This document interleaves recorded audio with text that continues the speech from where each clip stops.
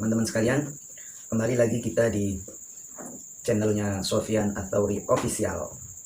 Kali ini saya akan menunjukkan satu video seorang ustadz yang melarang atau tidak membolehkan kaum muslimin, khususnya jamaah tabligh, untuk membaca kitab Fadilah Amal. Dan kita dengar saja videonya, nanti kita komentari ya, kita langsung komentari, kita jawab langsung ya, agar umatnya tidak keliru atau tidak salah paham ya. Kita dengar dulu videonya, teman-teman. Bolehkah kami memperdengarkan bacaan kitab Fadail Amal kepada teman-teman atau keluarga dengan niat untuk memberitahu keutamaan suatu amalan? Kitab Fadail Amal apa dulu yang dia baca? Kalau dia baca kitab Fadail Amal dari hadith-hadith yang disusun oleh Syekh Muhammad bin Nasiruddin Al-Albani, ahli hadith tersahar, yang beliau dikenal sepanjang hidupnya lebih dari 60 tahun berkhidmat di dalam menjelaskan mana hadith yang sahih, mana hadith yang lemah, maka itu nggak ada masalah. Atau dia baca dari buku-buku yang banyak ditulis di masa sekarang dan masa dahulu tentang keutamaan amalan dari sumber hadith-hadith yang lemah, dari sumber hadith-hadith yang sahih. Jadi kalau hadithnya sahih, bagus saja dia baca Fadail Amal. Tapi kalau Fadail Amal, buku yang biasa dipakai oleh Jemaatut Tabligh, itu berisi banyak dari hadith lemah, hadith yang kadang juga masuk ke dalam golongan hadith-hadith palsu, hikayat-hikayat tidak tahu dari mana asal usulnya. Ya karena itu kalau orang-orang yang membacakan kitab Fadail Amal ini, itu banyak jenis Fadail Amal yang ditulis oleh penulisnya dalam bahasa Urdu, ya kemudian diterjemahkan ke bahasa Arab, kemudian diterjemahkan ke bahasa Indonesia. Dan apa yang diterjemahkan itu mungkin dia tidak menerjemahkan seluruh apa yang ada di dalam buku aslinya. Ya kalau diperiksa dari buku aslinya, kondisinya memang seperti itu. Memang penulisnya bukan seorang ahli dalam hadith. Maka itu tidak benar ya menisbatkan seperti itu. Memang penulisnya bukan seorang ahli dalam hadith. Baik, teman-teman sekalian, tadi kita sudah mendengarkan penjelasan, komentar, atau bisa dibilang itu jawaban dari satu pertanyaan dalam satu kajiannya, bahwa dia pertama tadi melarang ya, atau tidak boleh itu kitab Fadail Amal itu, dia bilang banyak dhaif ya, bahkan ada palsu katanya. Kemudian dia juga mengomentari atau berkata tentang Syekh Maulana Dzakaria rahimahullah, yang anggap bukan ulama hadis katanya, Masya Allah. Oke, kita jawab ya.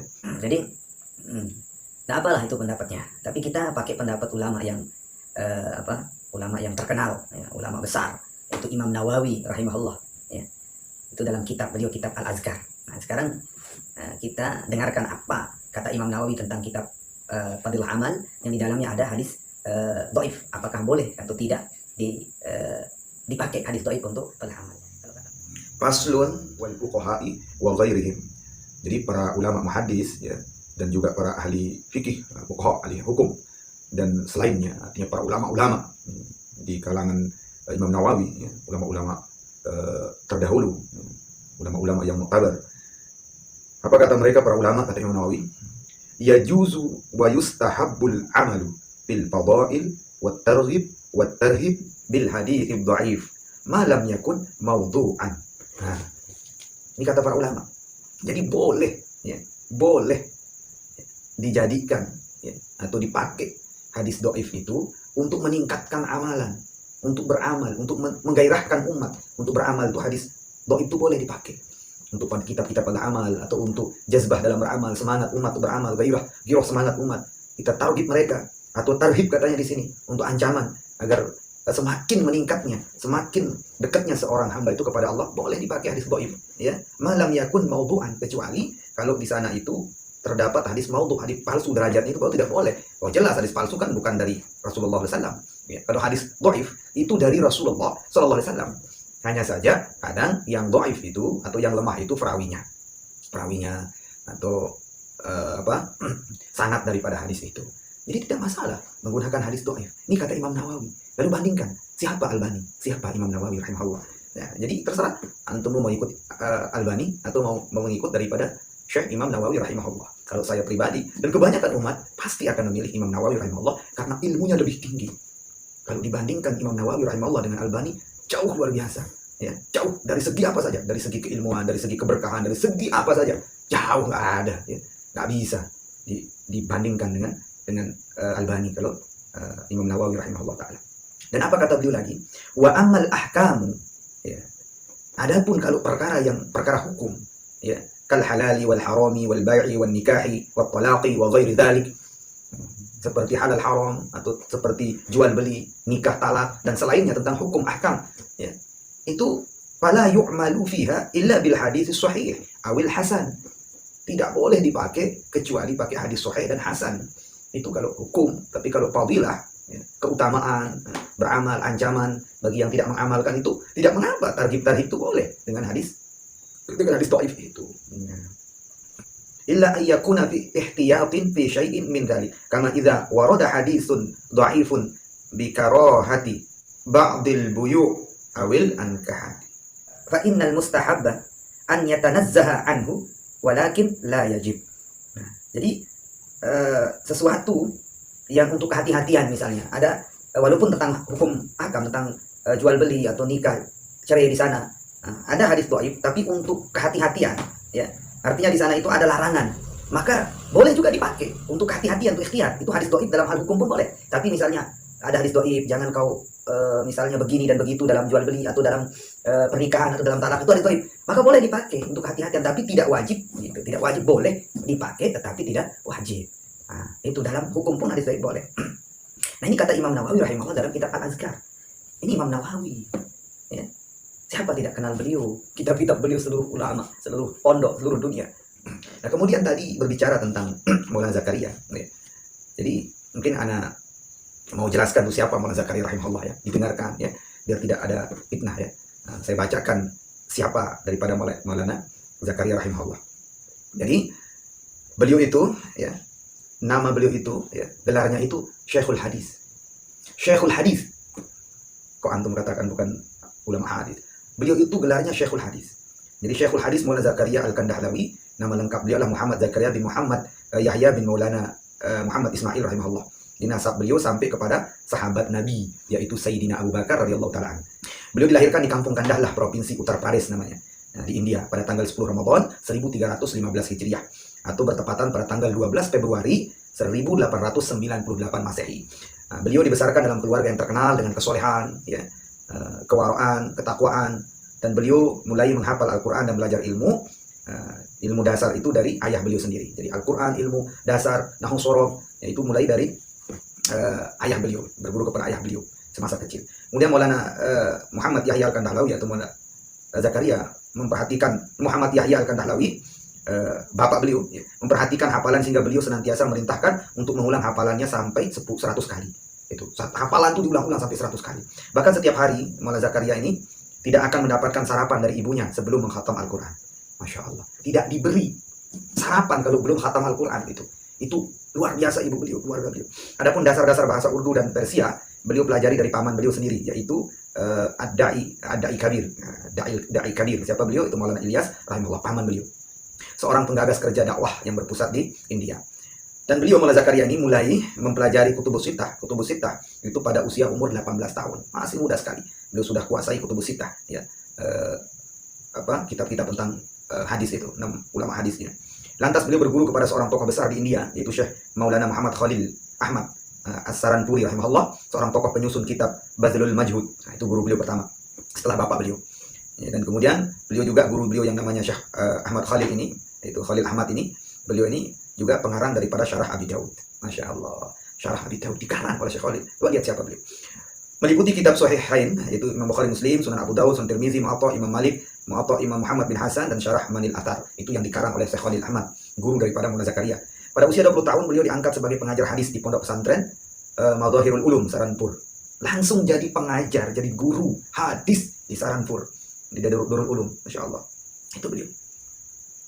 Pada mulanya beliau mengajar kitab Miskatul Masabih dan sebagian kitab Bukhari dan Sunan Abu Daud. Namun tak lama kemudian beliau diangkat sebagai pimpinan pengajar untuk mengajarkan kitab Sahih Bukhari secara sempurna, dan sejak itulah beliau dijuluki Syekhul Hadis, guru besar dalam ilmu hadis. Allah, ini Maulana Zakaria.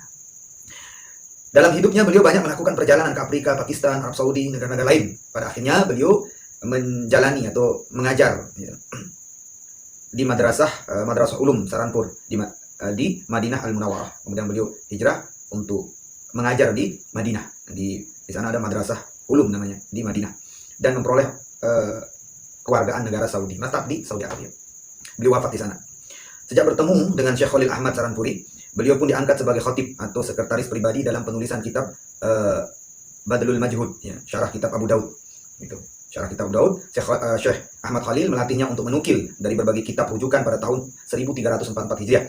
Beliau senantiasa menyertai guru beliau, yaitu Maulana Muhammad Khalil Saranpuri, untuk berangkat haji. Jadi setiap Syekh Ahmad Khalil ini berangkat haji, beliau ikut.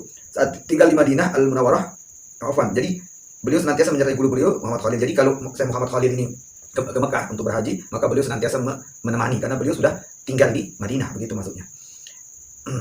Saat tinggal di Madinah Al-Munawwarah, beliau mulai menulis kitab kitab besar di Madinah, ya. Beliau mulai menulis kitab-kitab besar itu di saat beliau di Madinah, gitu. Saat tinggal di Madinah, beliau mulai menulis karya beliau, yaitu kitab Aujazul Masalik ila Mu'atta Imam Malik. Itu karangan beliau, nama kitab Aujazul Masalik ila Mu'atta Imam Malik. Sebuah kitab yang mengomentari tentang kitab Mu'atta Imam Malik, itu besarnya 15 jilid, ya, 15 jilid. Besar kitab yang dikarang oleh Syekh Zakaria rahimahullah. Dan itu telah diterbitkan oleh Darul Qalam Damaskus. Darul Qalam Damaskus menerbitkan kitab itu, dan pada waktu itu beliau baru berusia 29 tahun. Masih muda. Sudah karang kitab, sudah ahli hadis. Antum siapa? Kita lanjut. Siapa guru-guru beliau? Guru-guru beliau adalah pertama ayah anda beliau sendiri. Itu guru beliau pertama, yaitu Syekh Syekhul Hadis Muhammad Yahya Al-Kandahlawi. Itu ulama guru beliau, Syekh Hadis juga, itu Syekh Muhammad Yahya Al-Kandahlawi.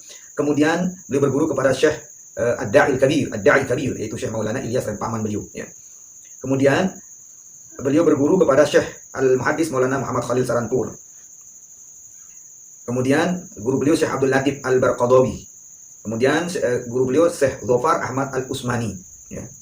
Kemudian Syekh Maulana Zakaria rahimahullah, beliau mulai mengajar hadis pada tahun 1341 Hijriah sampai tahun 1388 Hijriah.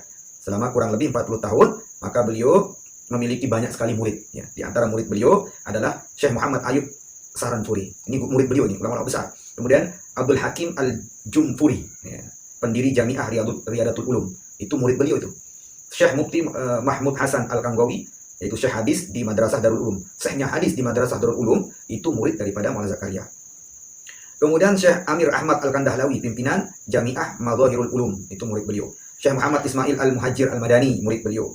Kemudian Syekh Ad-Da'i Al-Kabir, yaitu Muhammad Yusuf Al-Kandahlawi, itu murid beliau juga, termasuk pendiri Jamaah Tabligh. Kemudian Syekh Muhammad Inamul Hasan, murid beliau, itu amir daripada Jamaah Tabligh yang dulu-dulu, ya. Kemudian Syekh Ihtishamul Hasan, itu murid-murid beliau, dan masih banyak murid-murid beliau. Sedangkan beberapa tokoh dunia, ya, yang ulama besar terkenal itu ngambil ijazah hadis kepada beliau. Siapa di antaranya? Ini bukan ulama, istilahnya bukan aktif dalam Jamaah Tabligh, itu tidak, bukan termasuk pendiri Jamaah Tabligh, itu murid-murid beliau. Siapa? Itu Allamah Abdul Fattah Al-Ghuddah. Ini murid senior daripada Allamah Al-Kautsari. Itu murid senior daripada Syekh Allamah Al-Kautsari, itu ngambil sanad ijazah hadis kepada Syekh Maulana Zakaria. Kemudian Muhaddis Haramain. Muhaddis Haramain, ulama hadisnya daripada Mekah dan Madinah, yaitu siapa yang tidak kenal beliau, yaitu As-Sayyid Muhammad bin Alawi Al-Maliki. Itu juga beliau ngambil ijazah hadis kepada Maulana Zakaria rahimahullah, pengarang kitab Fadilah Amal yang dibaca oleh Jamaah Tabligh. Kemudian Syekh Sirat Ahmad Al-Barmawi, itu juga ngambil ijazah hadis kepada Syekh Maulana Zakaria. Mustafa bin Hasan As-Sibai, pengajar Fakultas Syariah Jami'ah Damaskus, ngambil ijazah hadis, sanad hadis kepada Maulana Zakaria. Kemudian Al-Qadi Muhammad Al-Kurdi, itu terkenal, beliau juga ngambil sanad hadis kepada Maulana Zakaria. Kemudian Maulana Zubair Hasan Al-Kandahlawi juga ngambil sanad hadis kepada Maulana Zakaria. Dan masih banyak lagi sanad-sanad hadis yang langsung nyampe kepada Maulana Zakaria rahimahullah. Jadi ini pengarang Fadilah Amal yang dikatakan tadi dalam video itu bahwa tidak boleh dibaca, bahkan dituduh bukan ulama hadis, gitu. Na'udzubillah min dzalik. Mudah-mudahan Allah maafkan kalian semua yang suudzon kepada Jamaah Tabligh. Semoga Allah SWT beri hidayah kepada kalian, lurus hati kalian, lurus amal kalian, dan lurus pandangan kalian kepada saudara muslim kalian. Tidak menuduh, tidak memponis saudara muslim kalian ini ahli bid'ah, jahil, kemudian khurafat dan lain sebagainya. Mudah-mudahan ada keberkahan. Sampai di sini videonya. Subhanallah bihamdihi, subhanakallah bihamdika, asyhadu an la ilaha illa anta, astaghfiruka wa atubu ilaik. Assalamualaikum warahmatullahi wabarakatuh.